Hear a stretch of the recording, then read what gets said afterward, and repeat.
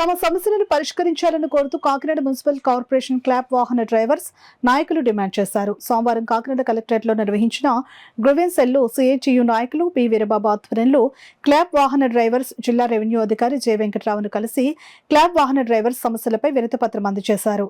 ఈ సందర్భంగా సిఐటియు నాయకులు పి వీరబాబు మాట్లాడుతూ క్లాప్ వాహన డ్రైవర్స్ కు గత 3 నెలలుగా జీతాలు లేక తీవ్ర ఇబ్బందులను ఎదుర్కొంటున్నారని, తక్షణమే బకాయి పడిన 3 నెలల జీతాన్ని మంజూరు చేయాలని డిమాండ్ చేశారు. ఈ కార్యక్రమంలో క్లాప్ వాహన డ్రైవర్స్ పెద్ద సంఖ్యలో పాల్గొన్నారు. చెత్త పన్ను వసూలు ఆపేశారు కాబట్టి వీరికి జీతాలు ఎలా చెల్లించాలి, కాంట్రాక్ట్ బిల్లు ఎలా చెల్లించాలనే నేపథ్యంలో రాష్ట్ర ప్రభుత్వం నగరపాలక సంస్థ జనరల్ ఫండ్స్ నుంచి ఈ జీతాలు చెల్లించడానికి సర్క్యులర్ ఇచ్చింది. దానిలో భాగంగా నగరపాలక సంస్థ అధికారులు చొరవ తీసుకుని 30 లక్షల రూపాయలు సిడిఎంఏకి పంపించినా కానీ నేటికి డ్రైవర్లకి జీతాలు చెల్లించలేదు.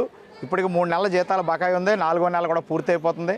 గత సంవత్సర కాలంగా పిఎఫ్, ఈఎస్ఐ డ్రైవర్ల జీతాల నుంచి మినహాయించిన సంబంధిత శాఖలకి జమ చేయలేదు. కనీస వేతనాలు కూడా అమలు అవ్వట్లేదు. జీవో 36 ప్రకారం 24,500 రూపాయల జీతం మున్సిపల్ డ్రైవర్లకు చెల్లించాలి. కానీ ఆచరణలో 10,000, 11,000 మించి జీతం కూడా అందడం లేదు.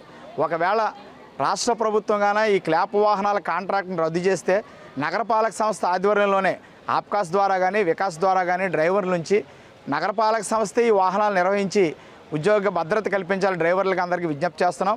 ఈలోపు బకాయి జీతాలు చెల్లించాలని, వాహనాలన్నీ వర్కింగ్లోకి తీసుకురావాలని, గత సంవత్సర కాలంగా పెండింగ్లో ఉన్నటువంటి పిఎఫ్, ఈఎస్ఐలు సంబంధిత శాఖలకు జమ చేసే విధంగా అధికారులు చర్యలు తీసుకోవాలని విజ్ఞప్తి చేయగా గౌరవ డిఆర్ఓ గారు నగరపాలక సంస్థ అధికారులకి చర్య తీసుకోమని ఆదేశించారు.